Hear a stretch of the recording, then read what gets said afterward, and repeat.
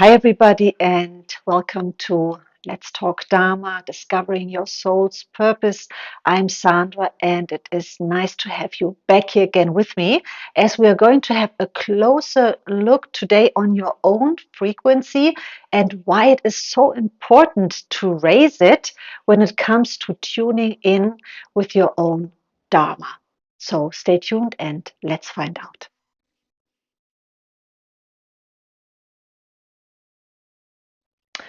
When it comes to your own frequency, you have to understand that our brain consists of two parts.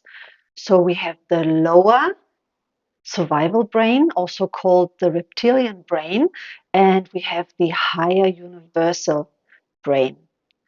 So the first one is its main function is to help us to survive. So it mainly focuses on situations, difficulties that could threaten our lives. It wants to keep us really safe, and for that to happen, it wants us to stay exactly where we are.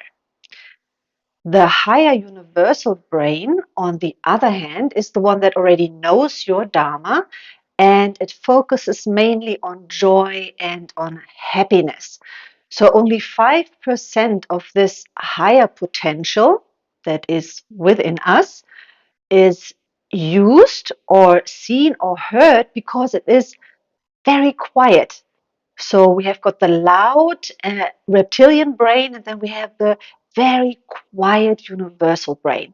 And this is the reason why we mainly, when we choose whatever we choose, our decisions are based on the reptilian brain. So decisions that mainly keep us safe and that avoid changes. And listening to our higher universal brain is a question of trust.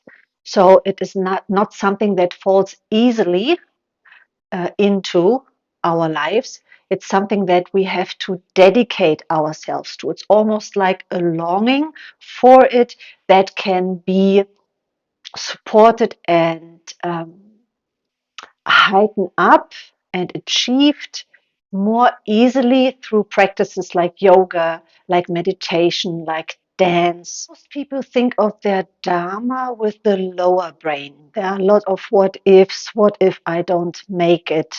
The reptilian brain doesn't want to change. It wants us to be safe. So it wants us to go on with the job you have, even if that doesn't make you happy and doesn't lead you closer to your Dharma. And it is the desire for control and security that limits us enormously. The whisper of your higher brain encourages you to transform. It knows already what awaits you after you have taken this journey into the unknown. The more you are open to it, the easier you will encounter your Dharma. And you cannot prepare for it, you can just experience and engage with it. So you're constantly throughout your life journey shaping it with new colors and new forms. And be prepared that your lower brain will frequently interfere because it wants that security and that guarantee for the path you have chosen. When it comes to your frequency, your own frequency, one could say that being aligned to your higher universal brain is being on a higher frequency.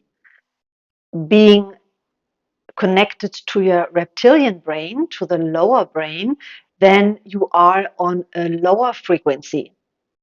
I can assure you that on your way to your Dharma demands you to be in a higher frequency, to really connect to your universal brain. Those who really live their Dharma, they feel completely energized. So time just flies by. And remember, vibrations, they don't lie. So always follow what raises your frequency. And I think each one of us has already experienced what it means to be surrounded by a positive vibration, to really enjoy love and joy and laughter, and what it means being surrounded by a negative vibration and feeling loneliness and sadness. You are responsible for the frequency you pass on.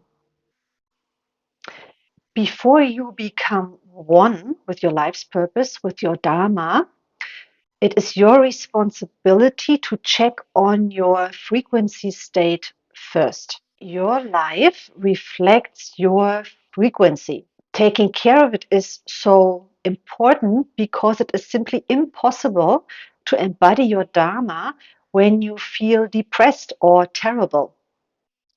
And don't get me wrong, this does not mean that there are no obstacles or hurdles to overcome that might drag your frequency down, but see them more as lessons to learn and how to fix them and what to do in order to raise your frequency again. And I guess a lot of taking care of yourself and me time is involved. So, for example, wear something that really makes you feel very good.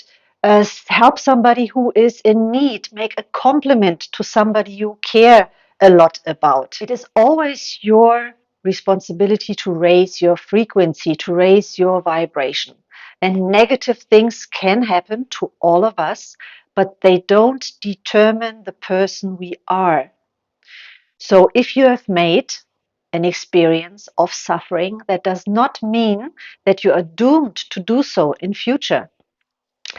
So tell me, what makes you feel more energized than before? What makes you feel really good? And what makes you feel time flies by? Leave your comment below. If you like this video, share it, subscribe to my YouTube channel.